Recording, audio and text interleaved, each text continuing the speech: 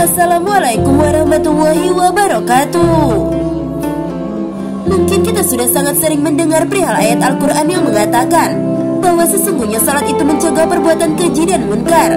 Al-Quran surah Al-Ankabut ayat 45. Akan tetapi, tidak banyak dari kita yang kurang mengetahui makna yang terkandung di dalamnya secara jelas. Seolah-olah arti dari ayat tersebut hanya sekedar sebagai pengetahuan tanpa kita amalkan. Nilai esensi dari ayat tersebut menunjukkan bahwa saat seseorang senantiasa menjaga sholat dengan benar, maka insya Allah orang tersebut akan semakin jauh dari maksiat. Namun fakta berkata lain, betapa banyak kita masih melihat di sekitar kita bahwa seseorang yang rajin melaksanakan sholat akan tetapi masih gemar bergumul dan maksiat.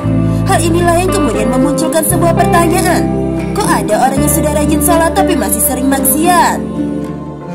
Ini merupakan sebuah fenomena menyakitkan yang tak jarang kita jumpai. Sholat rajin, maksiat pun sama rajinnya, atau yang kita istilahkan sebagai orang STMJ, sholat tekun maksiat jalan. Mengapa hal ini bisa terjadi? Padahal Allah Subhanahu wa Ta'ala dengan jelas mengabarkan bahwa sholat itu mencegah dari maksiat, sebagaimana yang dijelaskan ayat tersebut. Bagaimanapun keadaannya, sholat tetaplah mencegah dari perbuatan keji dan munkar. Hanya saja kekuatan pencegahannya sesuai dengan kualitas sholatnya. Ada yang sholatnya bisa mencegah dirinya dari perbuatan munkar selama 2 jam, atau hanya 1 jam, atau bahkan hanya beberapa menit saat ia sedang melaksanakan sholat saja, atau bisa jadi sehari, 1 minggu, dan seterusnya. Kenapa bisa seperti itu? Karena kita semua tahu kualitas sholat masing-masing orang tidaklah sama, sehingga bisa jadi sholat seseorang hanya mampu mencegah perbuatan maksiat selama orang tersebut mengerjakan sholat saja.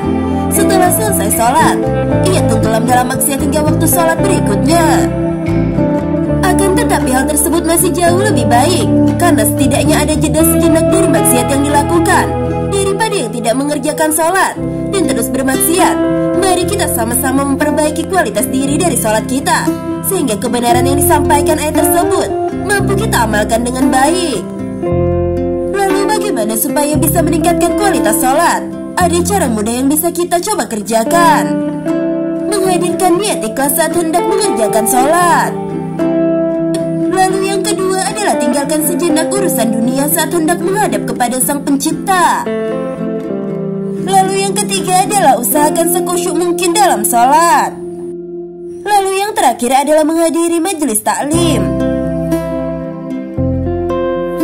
Sahabat belajar Islam yang dirahmati Allah, itulah alasan mengapa orang yang rajin sholat masih suka maksiat. Semoga kita terhindar dari salah satu orang yang seperti ini.